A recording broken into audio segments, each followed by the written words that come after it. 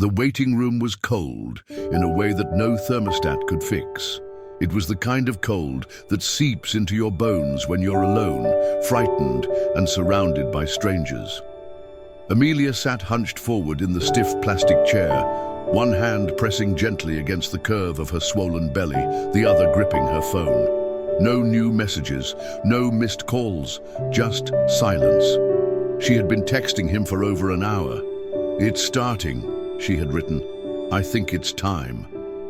But the man who promised her everything, a name, a home, a family, and was nowhere to be found. Around her, other families came and went. Laughter, concern, joy, tension.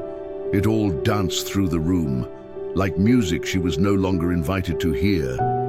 Nurses walked briskly past, glancing at clipboards, calling names she didn't recognize.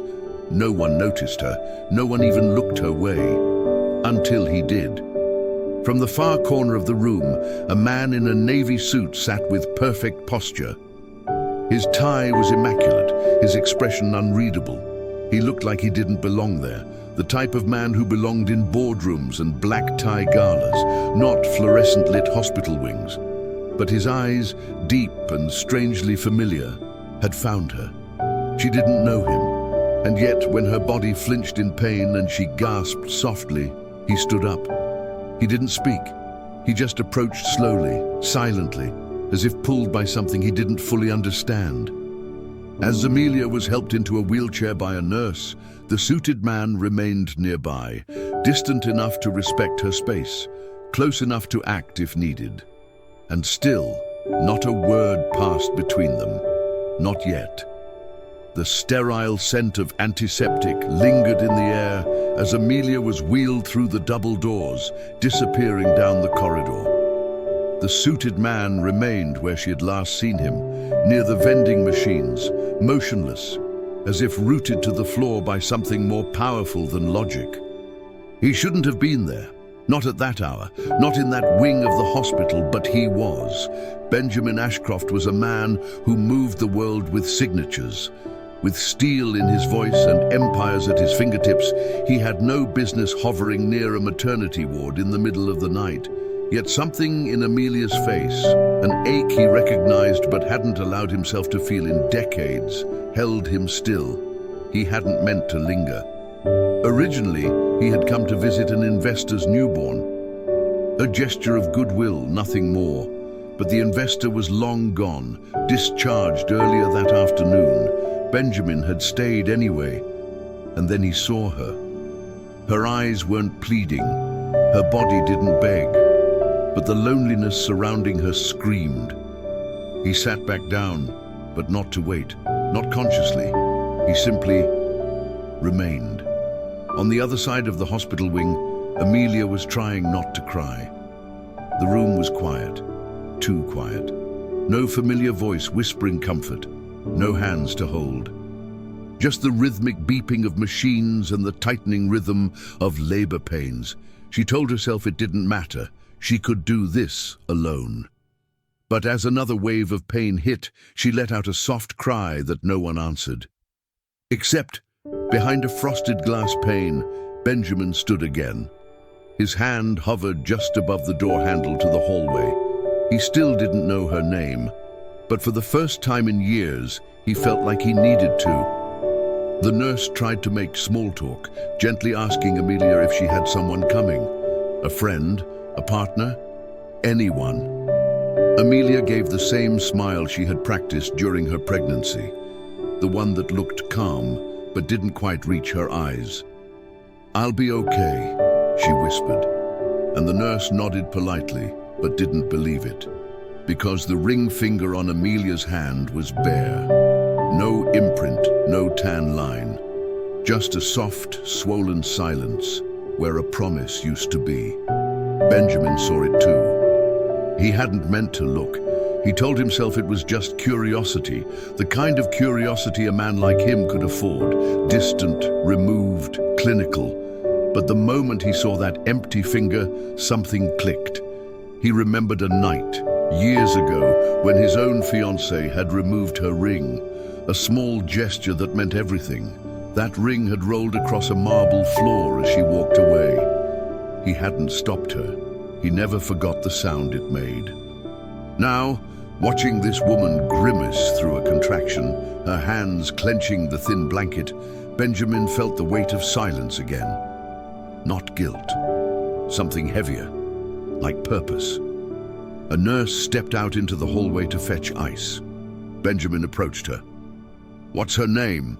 he asked, nodding toward the room. The nurse hesitated. "We can't share patient information, sir." "I understand," he said, reaching into his coat pocket and handing her his business card. "Not for power, but for reassurance. But if she needs anything at all, just let me know. I'm not leaving." The nurse's eyes softened. She didn't say yes, but she didn't say no either. Inside, Amelia exhaled deeply, unaware that someone was now standing guard outside her world, someone she'd never met, someone who already cared too much. Inside the delivery room, every detail felt louder than it should. The rhythmic beeping of the monitors, the distant chatter of nurses, the squeak of rubber soles on the linoleum floor. But the loudest of all was the silence beside Amelia's bed, where a partner should have been. The chair was there. They always brought a second one. For the father, the friend, the person who holds your hand and says you're strong when everything feels like it's falling apart. But the chair was empty. Amelia tried not to look at it, but it was impossible to ignore. Every time the pain surged and she reached instinctively to her side, she found nothing but air. Not even anger remained. That had come and gone months ago, leaving behind a hollow, quiet ache. Her baby would come into this world not as part of a family, but as a beginning, a new story, one she'd write alone. Benjamin stood outside, arms crossed, eyes fixed on that door. He had every reason to leave. His schedule was tight, meetings, investors, deadlines. But nothing in his life had ever felt as urgent as this stranger on the other side of the wall. He didn't know her story, not fully. But he knew what it meant to be abandoned, to feel like the world moved on without you. And maybe, in some quiet way, this was his chance to change someone else's story, even if just by staying. When the nurse returned, she noticed he hadn't moved. "You don't have to wait, sir," she said gently. "I know," Benjamin replied, his voice steady, "but she shouldn't have to do this alone." Inside, Amelia wiped a tear before it could fall. Outside, Benjamin sat in the empty chair. The hospital hallway felt like a time capsule. Bright white walls, flickering fluorescent lights, and a vending machine humming in the distance. Benjamin remained still, seated just beyond the delivery room's threshold. His presence invisible, yet deeply felt. He didn't belong here, not officially. No one had invited him in, but something unspoken tethered him to that space. A quiet instinct, a gravity. Inside the room, Amelia gripped the bed rail as another contraction rolled through her. Sweat clung to her brow, her breathing trembled. The nurse rubbed her shoulder, whispering steady encouragement, but it wasn't the nurse's words she longed for. It was a voice that had promised to stay, a voice that had vanished when she needed it most. She had sent messages, one, then another, then silence. Amelia had given up hoping he'd walk through that door hours ago. And now, each wave of pain etched that abandonment deeper into her chest. The doctor checked her progress. "You're doing great, Amelia. It won't be long now." She nodded, jaw clenched, not trusting her voice. Outside, Benjamin stood again. Something had changed in the air. He could hear the doctor's voice, muffled but urgent. He paced once, then twice. Finally, he took a hesitant step toward the door. A nurse met him there, surprised. "She's progressing quickly," she said.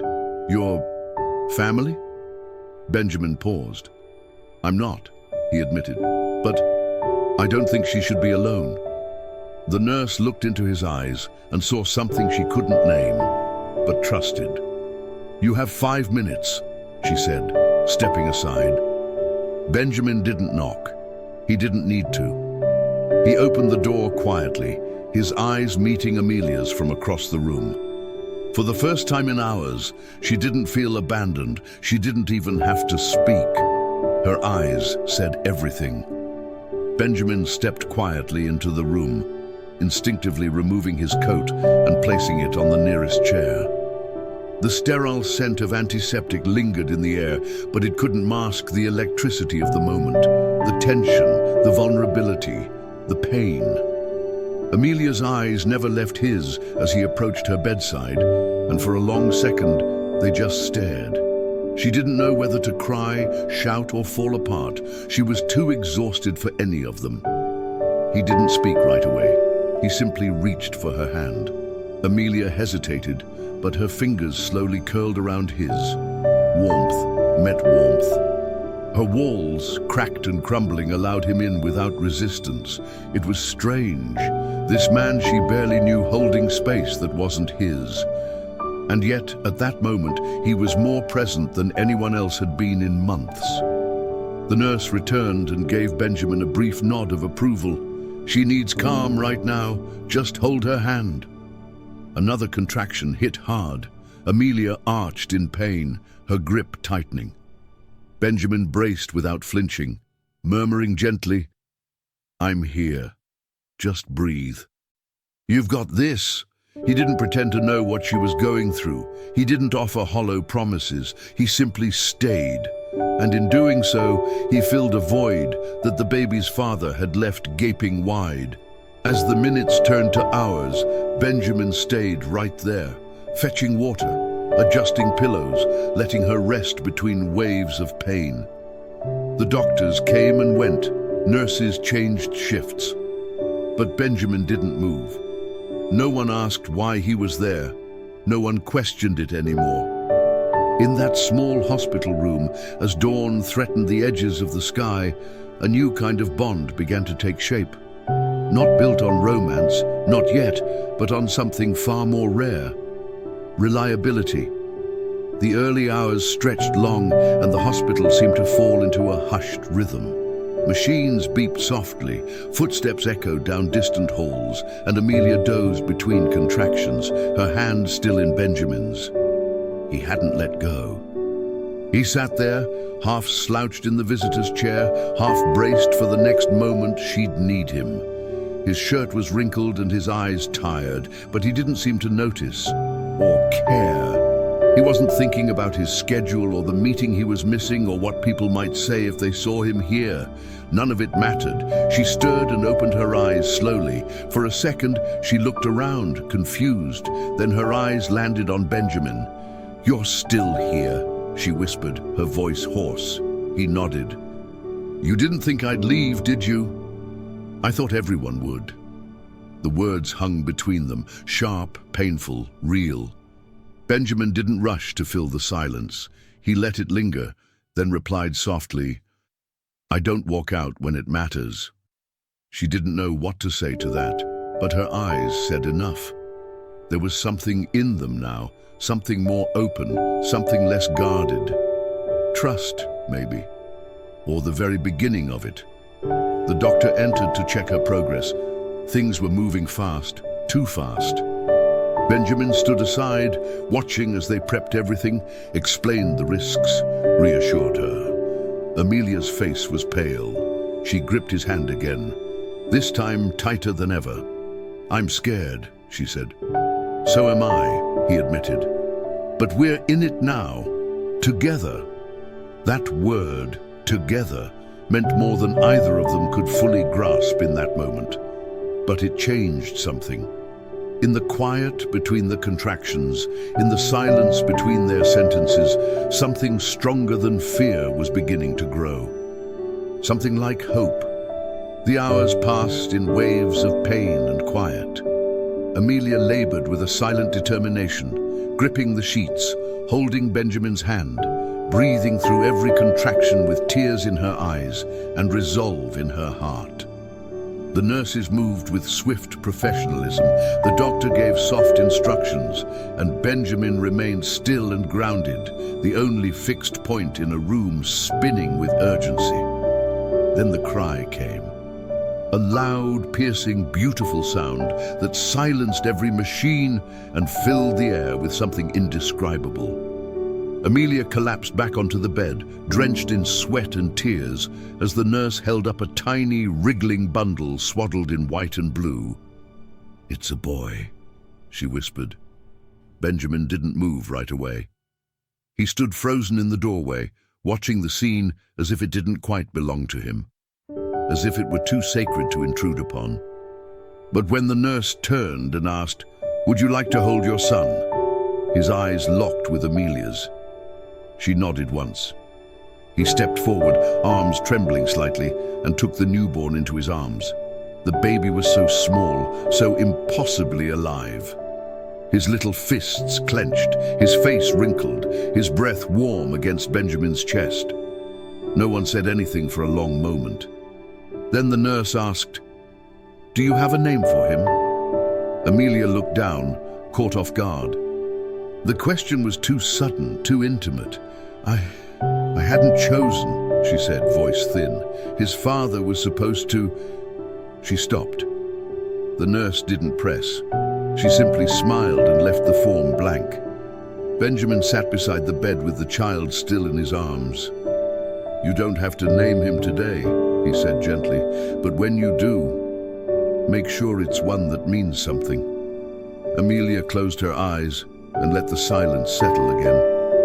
And in that silence, the weight of abandonment gave way, just a little, to something that felt like safety.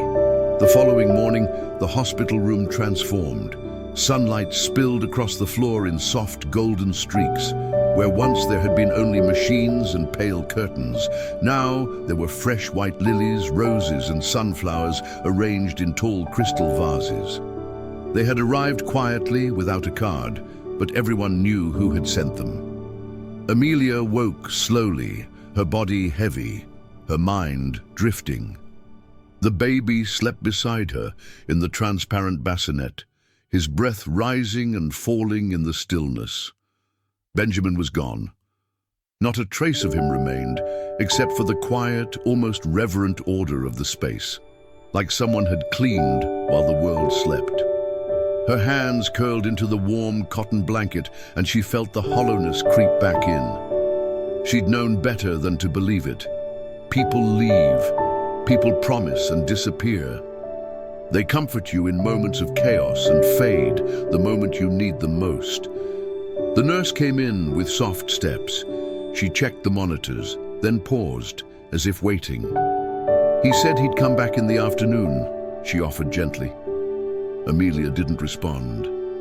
She stared at the flowers, at their vibrant defiance against everything sterile and white, at the way their scent filled the air with something tender and temporary. Later that day, an envelope appeared on the bedside table.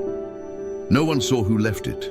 Inside was a handwritten note. "I don't want to step where I'm not welcome, but I meant it. She's not alone anymore." There was no signature. Just below the note, another line was scribbled in a different pen. "And he deserves a name worthy of her strength." Amelia read it twice, then looked at her son. The room remained quiet, but not empty.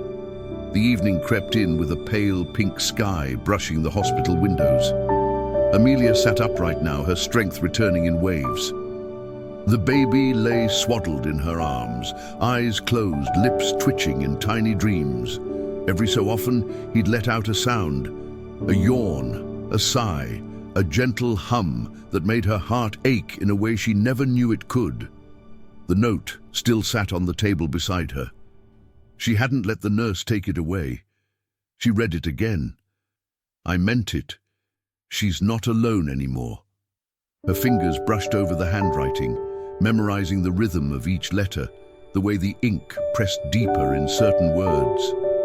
It wasn't flowery or dramatic, it was restrained, respectful, like someone who had learned how to speak only when it mattered. She thought of all the names she had written on the back of receipts during her pregnancy, names from books, names from her childhood, names that reminded her of strength, of calm, of light. But none of them had ever felt right, not until now. She whispered softly into her son's ear. Elias. The name floated in the room like a spell cast from a forgotten time. She didn't know why it came to her, or maybe she did. Something about it held both gravity and gentleness, just like the man who had sat outside her room every night. Elias shifted in her arms, as if he'd heard it in his dreams. Amelia smiled. Later that night, when the nurse came in to check on her, she simply pointed to the birth certificate form and said, "His name is Elias." And for the first time in days, her voice didn't tremble when she spoke. The next morning, long before the nurses changed shifts and before the sun fully rose, Amelia awoke to soft voices in the hallway. She turned her head, adjusting Elias gently against her shoulder. He was sleeping soundly, tiny fingers curled into her hospital gown. She heard the voice again, low, composed, familiar. It was him. She didn't need to look to know he was there. Something in her body just knew.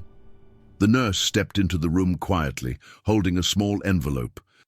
"He asked me to give you this," she whispered, her face kind, her eyes knowing. Amelia hesitated before taking it. The envelope was heavy, not with weight, but with meaning. Inside was a letter, handwritten like the note before. Only this one was longer. "I don't want to intrude. I never meant to. But I couldn't walk away when I saw how strong you were. I sat outside your room every night because I didn't want you to feel what I once felt. That kind of silence, that kind of abandonment. I've lived a long time surrounded by people and still feeling alone. But in that moment, when I saw you bring life into the world, something in me shifted. If you ever want to talk, to sit, to scream, to cry, I'll be on the other side of the door. If not, I'll still be there, quietly hoping you both find joy." It wasn't signed with a name, just a single line. "I believe in you." Tears welled in Amelia's eyes. Not because she felt weak, but because for the first time in a very long time, she felt seen. And that, more than anything, gave her the courage to stand on her own. 3 weeks had passed since that night. The night Amelia's world shifted quietly, like the soft turning of a page. The hospital discharge had come and gone. Baby Elias was thriving, his eyes now opened wide with curiosity, often following the light or her voice, as if anchoring himself to the world through her. Amelia had returned to the modest apartment she barely managed to keep. The bills were still there. The unpaid leave still stretched ahead like an endless road. But something inside her had changed. She no longer cried alone in the dark. She no longer felt like she was standing on a crumbling cliff, because every evening, like clockwork, a small envelope arrived under her door. Sometimes it held a grocery voucher, sometimes just a note with a quote from a book she once mentioned reading. Sometimes it was a single line, "You don't have to do this alone." She never opened the door, and he never knocked. But last night, Elias had a fever, and the panic returned in full force. No money, no car. The pharmacy had closed.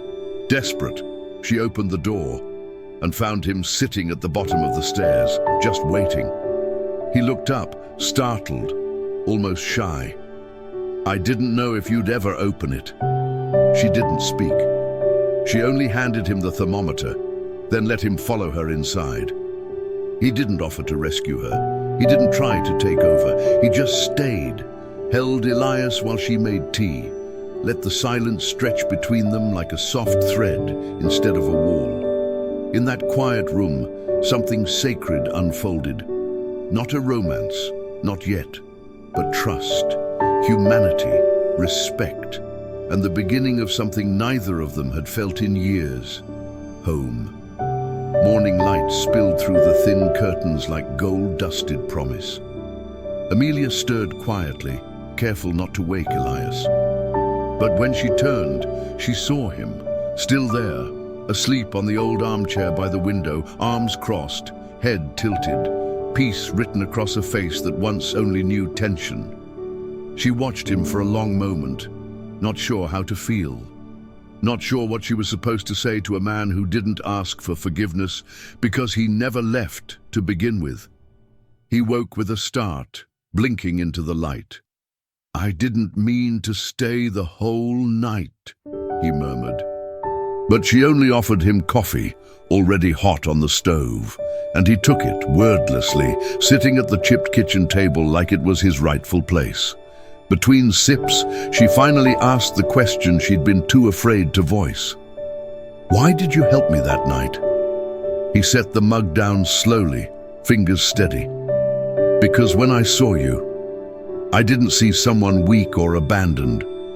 I saw someone doing the bravest thing anyone can do, choosing to go on when everything says quit." She nodded, tears stinging the corners of her eyes. No grand declarations, no promises, just presence. Later that day, a letter arrived. It was from a lawyer. The millionaire, the real one, had arranged a trust fund, small but enough, for Elias's future. No strings. He never left a name, only a line scribbled at the bottom. "Strength is not measured by what we carry, but by what we refuse to drop." And from that day forward, she knew. She wasn't alone, never had been. Not when he waited outside her door, and not now as she stepped into the unknown, with someone quietly walking beside her.